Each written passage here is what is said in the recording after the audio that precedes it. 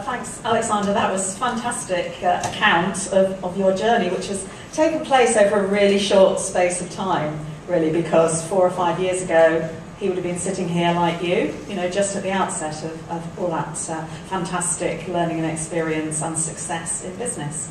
So now I'd like to welcome to the stage another of our graduates who's at a slightly earlier stage in his business journey, and it's a very different sort of business, and he'll tell you all about it. It's Richard Downs, and his business is called Jobs for Everyone. Please welcome him to the stage. Thank you.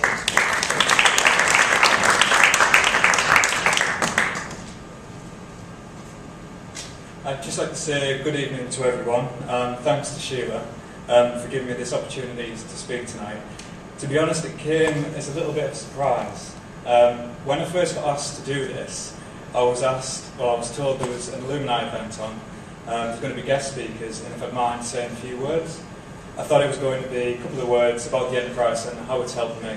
And it wasn't until last week when I received an email from Hannah actually saying that I was one of the guest speakers and I need to speak for 20 minutes. So if it goes a bit array, that'll be why. The brief said, can I talk about myself, my business, what the Enterprise Centre's done, and what I've done to get here, or where I am today. Once I told my friends this, they started laughing and full of questions like, well, where exactly are you? Many other remarks about why I shouldn't be on this stage tonight. But that's kind of the point. The fact that it needs to be seen as a journey and not just a destination. I think if you concentrate too early on about the destination and where you're not rather than where you are, then the pressure that you end up putting yourself under will be far too much to cope with. So I'll talk a little bit about the background of myself. I didn't enjoy going to school. I didn't enjoy school full stop. Pretty much stopped going on and off from about the age of 13. Suffered from ADHD, which is attention deficit hyperactivity disorder. So at one point I wanted to be centre of attention, but I also suffered from social anxiety disorder. So the other half wanted to be hiding in a corner somewhere, and the conflict just didn't work well with school.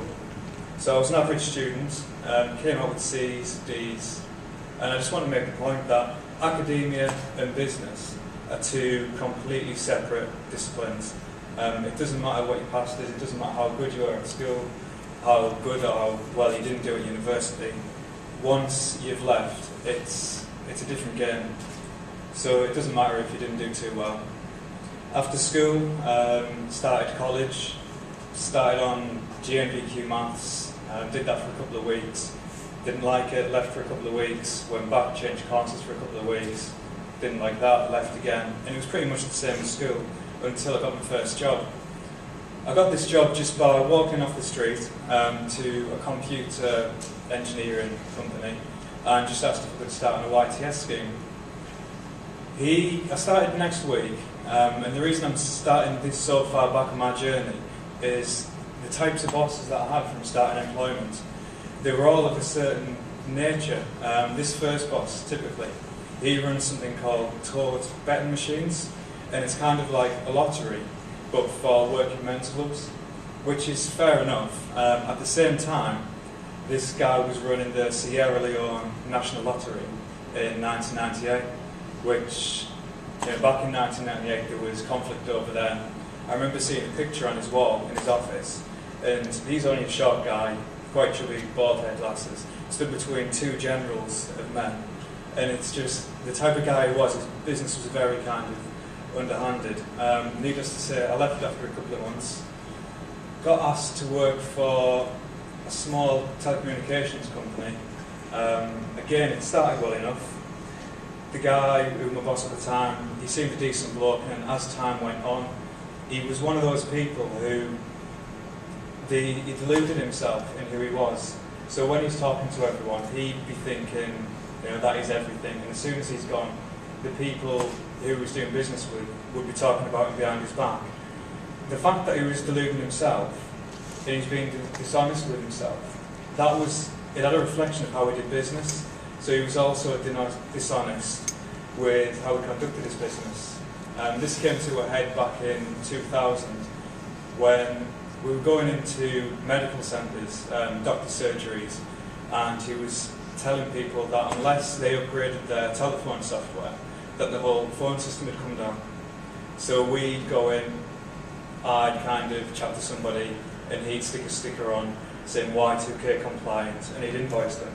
And again, it was just another case where, another boss where when you're young and you're starting to work for somebody, you want to look up to somebody and see them as a bit of a role model. On my early years of working, I wasn't getting that. So again, I moved on, started to work for the same company that I worked for when I was at school doing as a computer engineer. That again started well enough. The problem in this place was there was very much an us and them attitude. So you had the bosses and you had the engineers, and there was no kind of, there was nothing in between. And I remember one time, the boss, had had a problem with a virus at a certain client and certain printer problems. He'd been there for about 2 or 3 days trying to fix this problem, and he took me along with him for one day. After a few hours, realised what the problem was, fixed it, and then on the way home, he had a go at me and said I was arrogant. And he had an opportunity to kind of bull up his company by saying I employ young people who know what they're doing, but instead he was focusing more on his own insecurities and taking them out on other people. And again, it's just another case of employers just letting you down, really. It was at this point that I kind of realised that I wanted to work for myself, and I wanted to become someone who wasn't dishonest, who conducted business in a good way, an honest way, and just a decent person. Let me just find where I'm up to. Yeah, so just after this, the company started to struggle financially. There was another young guy that I worked with, and we had the idea of setting up an internet cafe where people could come in. There was 10 computers, and you could either go online or play some games against your mates. At the time, we wrote a business plan which conducted of about 1 page of A4, did a simple cash flow spreadsheet, and took this to the first bank that we came across. And unbelievably, this was in 2000, they handed us a £12,000 unsecured loan, which today is just, looking back, I can't believe how easy that was. Been trying to get a business off the ground now for nearly 2 years, and trying to source that kind of funding currently it's a nightmare. So we set this up. We're open for 7 months and faced many of the same problems then that we're still facing today. There seems to be a period where once you've left university and you try to set up a business, there's no financial help. You can declare yourself as unemployed and start getting job seekers allowance, housing benefit, and it's enough to keep going until you get to a certain point. And then as soon as you incorporate your business, the government sees you as a director and they see you as employed, and straight away your benefits are cut, you've got no income, and you go through this period where your business is just starting up, but you've got no support financially for it.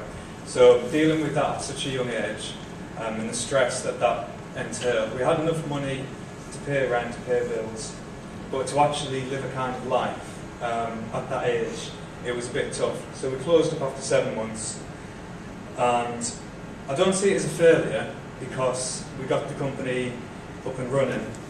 The thing that I did get from it is just realising from such a young age that if you do want something and you've got a vision, if you try hard enough, then you can get it. And having that instilled, it's a good mindset to get when you're at a young age. The real barrier, I suppose, from that in setting up a business, or from what I've kind of experienced, is yourself. If you have like Alex was saying, if you have total belief in yourself and confidence in yourself, then there's no reason why you can't set up any business you want. Whether it's a success or not, that comes down to many reasons that you can't actually